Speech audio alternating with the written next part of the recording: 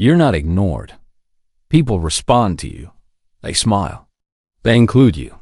And yet, you walk away from conversations feeling strangely unseen, not rejected, not disliked, just faint, like you were there but not felt.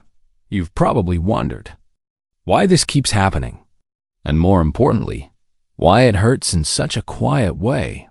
Hold that question, because the answer isn't what you think. On the surface, everything looks fine.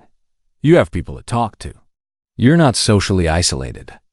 You're not invisible in the obvious sense, but internally, something doesn't land. You share stories, but they feel edited. You speak, but only parts of you come out. You're present, but slightly distant, even from yourself. Afterward, your mind replays the moment. Why didn't I say that? I should have explained more. They don't really know me.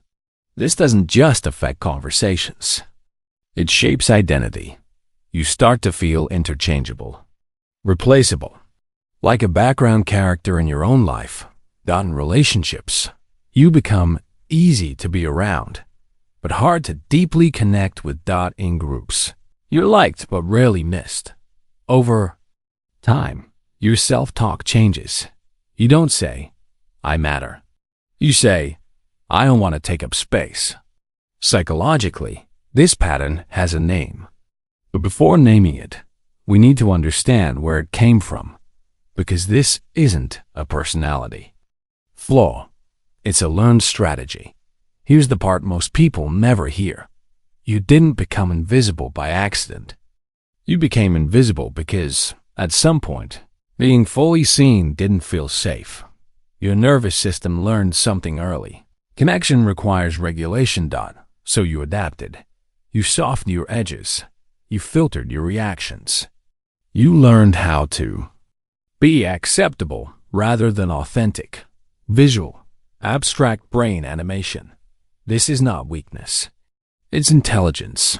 Your brain chose belonging over expression. And for a while, that choice worked. But strategies that protect you early in life can quietly limit you later.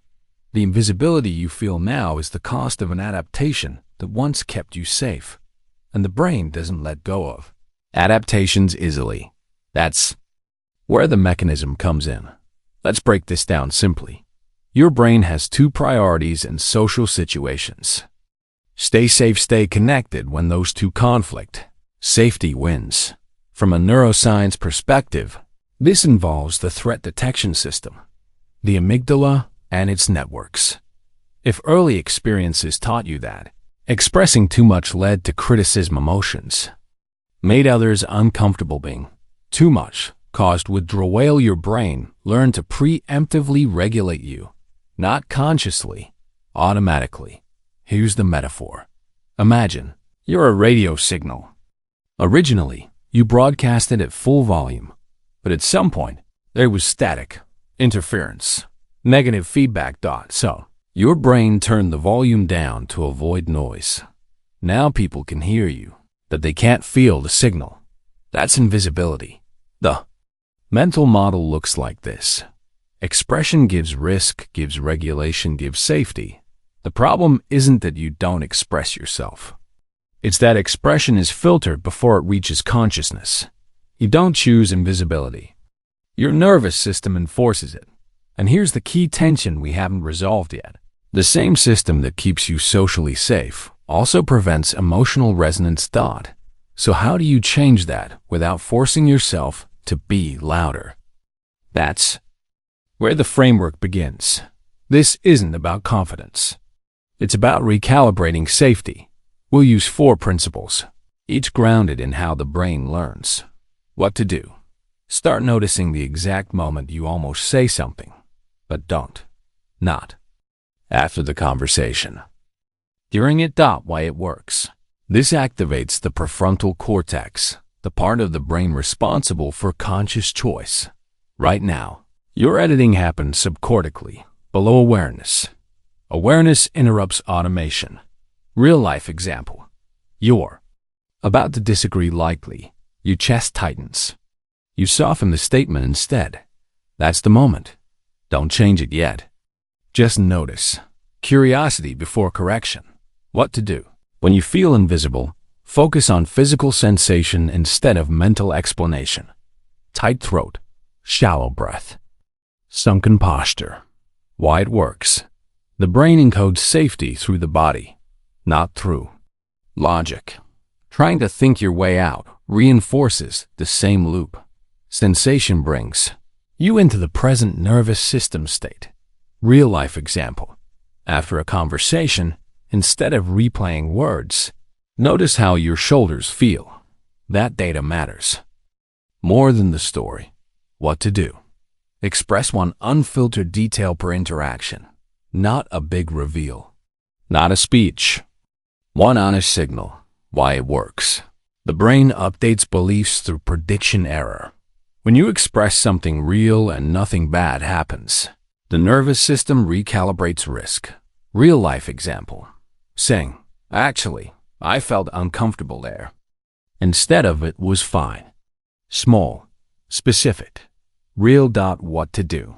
When you say something genuine, don't rush to soften it. Pause. Why it works. Silence allows emotional information to land. Rushing communicates internal danger.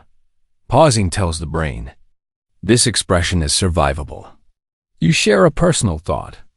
There's a 2-second gap. You let it exist. That's integration.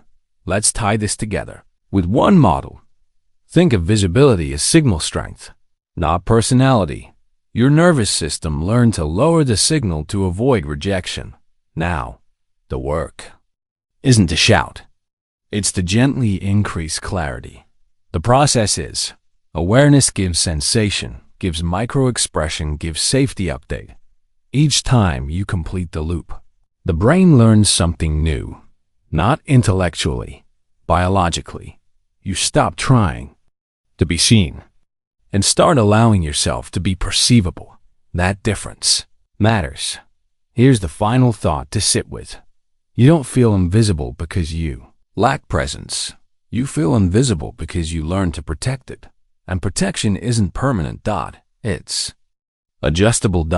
As your nervous system learns that being fully here doesn't cost you connection. The signal slowly returns. Not all at once. Not dramatically. Just enough for you to start recognizing yourself again. And sometimes that's the first time anyone truly sees you.